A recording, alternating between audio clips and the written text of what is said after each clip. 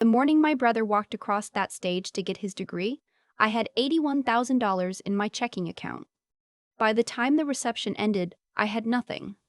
I want to tell you what that feels like. Standing in a banquet hall in Mississauga with a glass of sparkling water in your hand and a smile on your face, watching your family laugh and take photos, and knowing somewhere in the back of your mind that something is wrong. Not knowing what yet, just that feeling. The one that starts somewhere below your ribs and doesn't go away no matter how many times you tell yourself you're being paranoid. I grew up in a house where money was always the weather. Some days it was fine, most days it wasn't.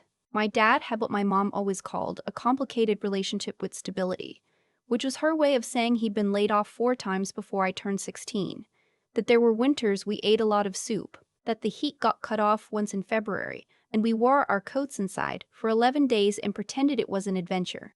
I was the oldest. I learned early that pretending something is fine is its own kind of survival skill. My brother is 8 years younger than me. When he was born, I was the one who walked him to school the first day because my mom had a shift she couldn't miss. I made his lunches until I left for university. I used to sit beside him at the kitchen table and help him with math homework I barely remembered how to do myself. He's not a bad person. I want to be clear about that. He became the baby in all the ways that matter, and I became the one who held things together. And that division of labor calcified over the years into something neither of us ever really questioned. I moved to Toronto when I was 22, got a job in healthcare administration at a hospital downtown. Started small, shared an apartment near Dufferin with 2 other women, ate a lot of rice and frozen vegetables, and put $50 into savings every single paycheck, because my grandmother had told me once that money you can't see is money you won't spend, and I believed her. I got promoted. I got promoted again. I switched to a bigger hospital, better salary, bought myself a decent winter coat for the first time in my adult life, and kept saving. Not because I had a specific plan at first, just because it felt like the only thing I could control. Eventually, the plan became a condo. Not downtown, I couldn't afford that, but somewhere with a balcony, somewhere that was mine, somewhere with a door I could close and know that nothing on the other side of it could reach me unless I let it. I'd been watching listings for 2 years. I had a realtor. I had a mortgage pre-approval from TD. $81,000 was my down payment. I need you to understand what that number meant to me. That wasn't just money. That was 9 years of $50 turning into 100, turning into 300 a month.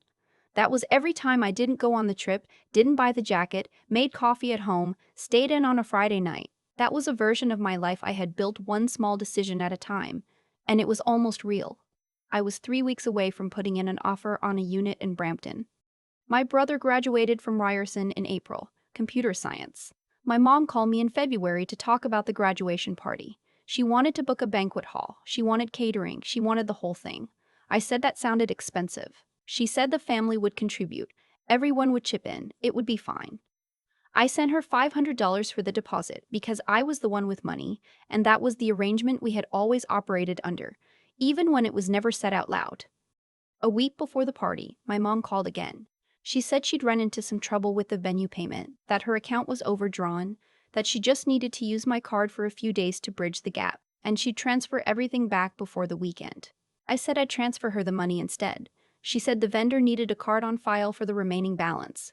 I said I could do an e-transfer to her directly. She said it was easier if she just had access. It would only be for the catering deposit and the tablecloth rental, nothing else, she promised. I said no. She cried. I transferred her $800. She said it wasn't enough and that I was making her event stressful, that this was for my brother, that she just needed to be added to my checking account so she could handle the vendor payments herself without bothering me every 5 minutes. She said it would make things simpler. She said I was always so difficult about money. I want to tell you I held firm. I want to tell you that I recognized what was happening and I said absolutely not, and I hung up the phone. But I was standing in a break room at the hospital on my lunch break, and I was 31 years old, and somewhere in my chest I was still the 12-year-old who walked her little brother to school on the first day, and I believed her when she said it was just for the vendor payments. I believed her because I needed to. I added her to the account on a Tuesday. The graduation party was on a Saturday. It was nice, actually. The hall was decorated, the food was good, my brother looked proud and a little stunned. The way people do when something they worked hard for actually happens. I danced with my aunt. I took photos with my grandmother. I ate too much of the butter chicken and didn't feel bad about it. My mom was in her element, moving between tables, laughing, making everyone feel included. She hugged me at some point and said, "See, everything worked out perfectly." I thought she meant the party. I checked my phone on the drive home. A habit. I have a banking app and I check it the way some people check the weather, just a reflex. I opened it in the back of an Uber on the 401 with the city light sliding past the window, and I sat very still for a long time.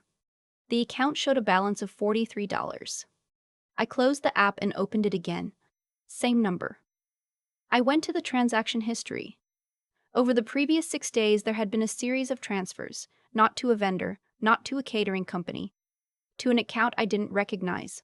6 transfers, 13,000 here, 11,000 there. The largest one, dated the Thursday before the party, was for $38,000 and the memo field said simply, "Miss." I did not cry. I remember that clearly. I sat in the back of that Uber and I did not make a single sound. And the driver asked if I was okay, and I said yes, just tired, long day. He nodded and turned the music up slightly, and I stared at my phone until we got to my apartment. I sat on the floor of my kitchen for a while. Then I called the bank. The TD fraud line operates 24 hours. The woman I spoke to was professional and kind, and she walked me through what she could see on her end, and she explained something to me very clearly, because my mother was a joint account holder. The transfers were not fraud in the legal sense of the word. She had the same access I did. She had moved the money to another account in her own name. From the bank's perspective, a joint account holder transferring funds was not an unauthorized transaction. I said, "So there's nothing you can do?" She said, "I'm so sorry. I'd recommend speaking to a lawyer." I sat on my kitchen floor for a little longer after that. My mom called me the next morning at 8:15. I was already awake. I hadn't slept. I'd spend the night reading through every transaction, writing down dates and amounts in a notebook. The way you do when you need to feel like you're doing something even when you have no idea what you're supposed to do. When her name came up on my screen, I let it ring twice and then I answered. I said, "I need you to tell me where my money went." She was quiet for a moment. Then she said, "I was going to talk to you about this in person." I said, "Talk to me now." She said your father had some debts. She said the situation was serious. She said she hadn't known it was this bad until recently, that a man had come to the house, that she'd been scared, that she didn't know what else to do. She said she borrowed against the money, just temporarily, that she had a plan to pay it back, that things were going to be different now, that your father was getting help. I said, "How much of it is gone?" She said, "Most of it." I said, "How much?" She said a number that was not quite all of it. There was still, she told me, a small amount left in the transferred account, perhaps 12,000, perhaps a little less. She would send it back. She was going to send it back this week. She just needed a little time. I said, "That was my down payment." She said, "You're young, you'll earn it back." I want to stop here for a second because I want you to understand what happens when someone says that to you. Not the words themselves, but the thing underneath them. The complete casual certainty that your time and your labor and your years of small sacrifices belong to her as much as they belong to you. That your 9 years of saving were a resource she was entitled to access. That the correct response for me was to nod and agree and say, "Yes, you're right, I'll start over." I said, "Then you won't mind what comes next." She asked me what that meant. I told her I was removing her from the account that day. I told her I was speaking to a lawyer that week. I told her I was going to document everything, the transfers, the timeline, the conversation we were having right now. I told her calmly, because I had spent the night getting very calm in the way you do when the shock finishes and what's left behind is something colder and cleaner.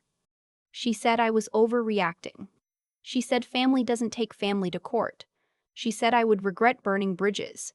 She said all the things people say when they realize the person they've always counted on to absorb the damage is not going to absorb it this time. I said, "I'll talk to you soon," and I ended the call. My coworker, I'd known her for 4 years. She was the one who'd helped me find my realtor and talked me through the mortgage pre-approval process. She met me for coffee that week and listened to the whole thing without interrupting, which is a harder skill than people give it credit for. When I finished, she didn't say, "I'm so sorry," or "That's terrible." She said, "Okay, what do you need to do first?" And that was exactly right. That was exactly right I needed. The lawyer I consulted was a civil litigation lawyer in Etobicoke. She explained that because the account had been joint, my options were limited but not non-existent. The transfers could potentially be challenged under civil law depending on the circumstances. Whether there had been coercion, whether my mother had exceeded any implied scope of authority, whether there was documentation of the agreement about what the account access was for. She was honest with me. She said, "This is going to be a long process and the legal costs might approach what you'd recover. You need to think about what outcome matters most to you." What mattered most to me was not money. What mattered most was that the ground I was standing on felt solid, that I was not spending the next decade waiting for the next time, the next emergency, the next reason someone would need access to something I had built. What mattered was the door. I removed my mother from the account the same day I met with the lawyer. I opened a new account at a different institution entirely, one my family had never heard me mention, one that existed completely outside of the shared vocabulary of our family finances. I moved what remained of my savings into it. I changed my address with Canada Post so my mail didn't go to my parents' house anymore, which it had been doing in some outdated, never-corrected way since I'd moved to Toronto 9 years earlier. I went through every piece of my financial life and found every place where the borders were soft and I made them harder. My brother texted me about 2 weeks later. He said he'd heard there was some kind of disagreement between me and our mom. He said he hoped everything was okay. I stared at that text for a long time. I don't think he knew. I think he was handed a version of events that left out the specifics, the way our family has always handled the specifics. I wrote back and said things were fine and I'd talk to him soon. We haven't talked about it since. My dad never reached out. I hadn't expected him to. My aunt, my mom's older sister, the one I'd danced with at the party, called me about a month later. She'd figured out more of what had happened, I think through conversations I wasn't part of. She called and she said, "I know this isn't your fault. I've known about your father's gambling for a long time, and I should have said something earlier and I'm sorry." That call lasted 2 hours. She cried more than I did. It was the first time someone in my family had said the word gambling out loud to me about my father, even though I had known it for years in the half-knowing way you know things in families that don't talk about things. I did not recover $81,000. I want to be honest about that. What I have now, 2 years later, is different from what I had then, not a replacement of it, more like a rebuilt version that knows something the first one didn't. I've moved into a one-bedroom apartment in Hamilton. It's not a condo, not mine, not the balcony I'd imagined. But it's a 40-minute GO train ride from my job, and there is a door that I close every night, and nothing on the other side of it can reach me unless I let it. I have a savings account again. It's smaller, it doesn't have the same number in it, but I check it the same way I used to, with that same quiet satisfaction, that same sense of watching something become real, one small decision at a time. I have a new realtor. I have a new target date. I'm further out than I was 2 years ago, but I'm not starting from zero, and even if I were, I know how to build from zero. I have done it before. The difference is at this time the account exists in a bank my mother does not know the name of, in a city she has never visited me in a life that is mine in a way my previous life only almost was. I talk to my mom occasionally, not often. There's a version of a relationship there that I'm still figuring out what to do with. Something careful and bounded and nothing like what it used to be. Some people in my life think I should cut contact completely. Some people think I'd been too hard. I stopped explaining my choices about this to either group because the only person whose opinion I've earned the right to act on is mine. My grandmother, my dad's mother, not my mom's, is 83 and still lives in the house in Scarborough she's been in since 1978. I visit her on Sundays sometimes when I'm in the city. She makes tea. We sit at the kitchen table where I used to do homework, and she tells me the same stories she has always told me, and I listen the same way I always have. Last spring, she put her hand over mine and said, "You have always been the strong one. You know that, right?" I didn't say anything. I just squeezed her hand. I didn't tell her she was wrong. But I've been thinking about that word, strong, and what we mean when we use it about the person in the family who absorbs everything. Strong isn't the same as okay. Strong isn't the same as unharmed. Sometimes strong is just the word we use for the person who couldn't afford to fall apart at the time, who kept moving because stopping felt like something she didn't have permission to do. I'm learning, slowly, that I have that permission now. The GO train back to Hamilton runs every half hour on weekday evenings.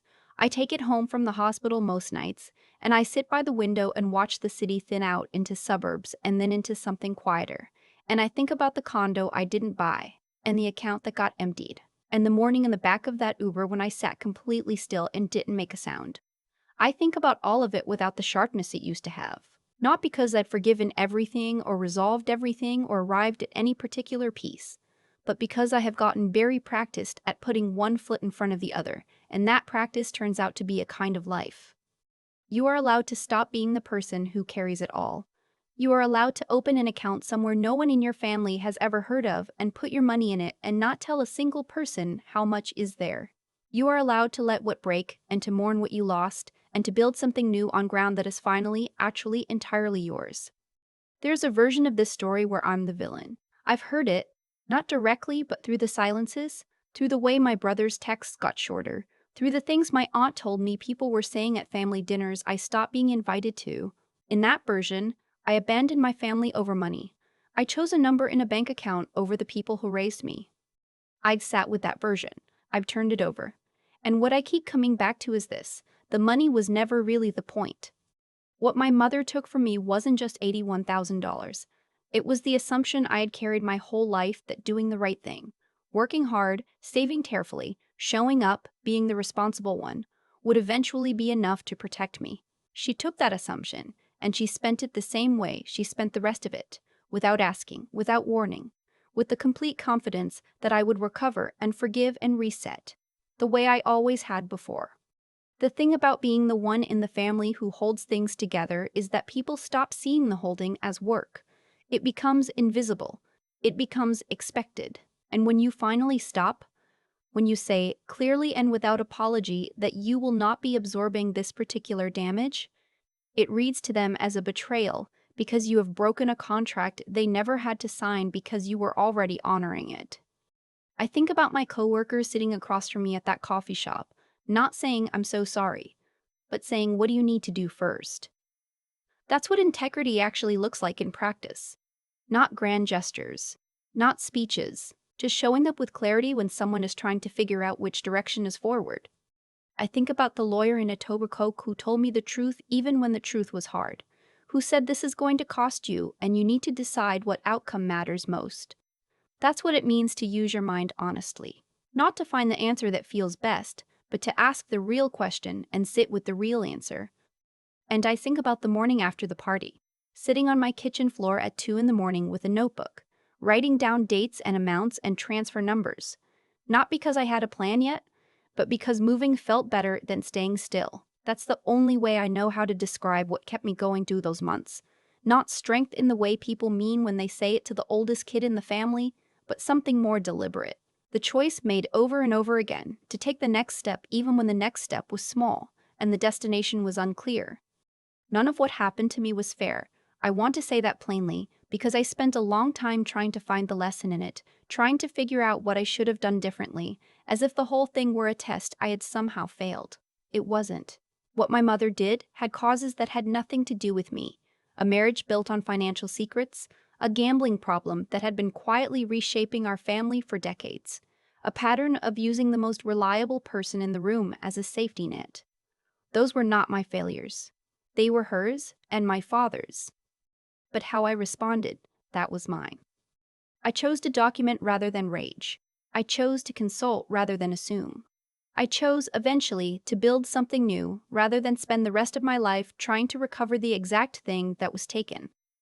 Those choices didn't undo the loss. They didn't give me back the down payment or the timeline or the version of the future I had planned. What they gave me was a life that belongs to me in a way the previous one, for all its careful construction, never quite did. My grandmother still asks me if I'm okay, in the way she has always asked, with her hand over mine at the kitchen table in Scarborough. I always say yes. And lately, when I say it, I mean it.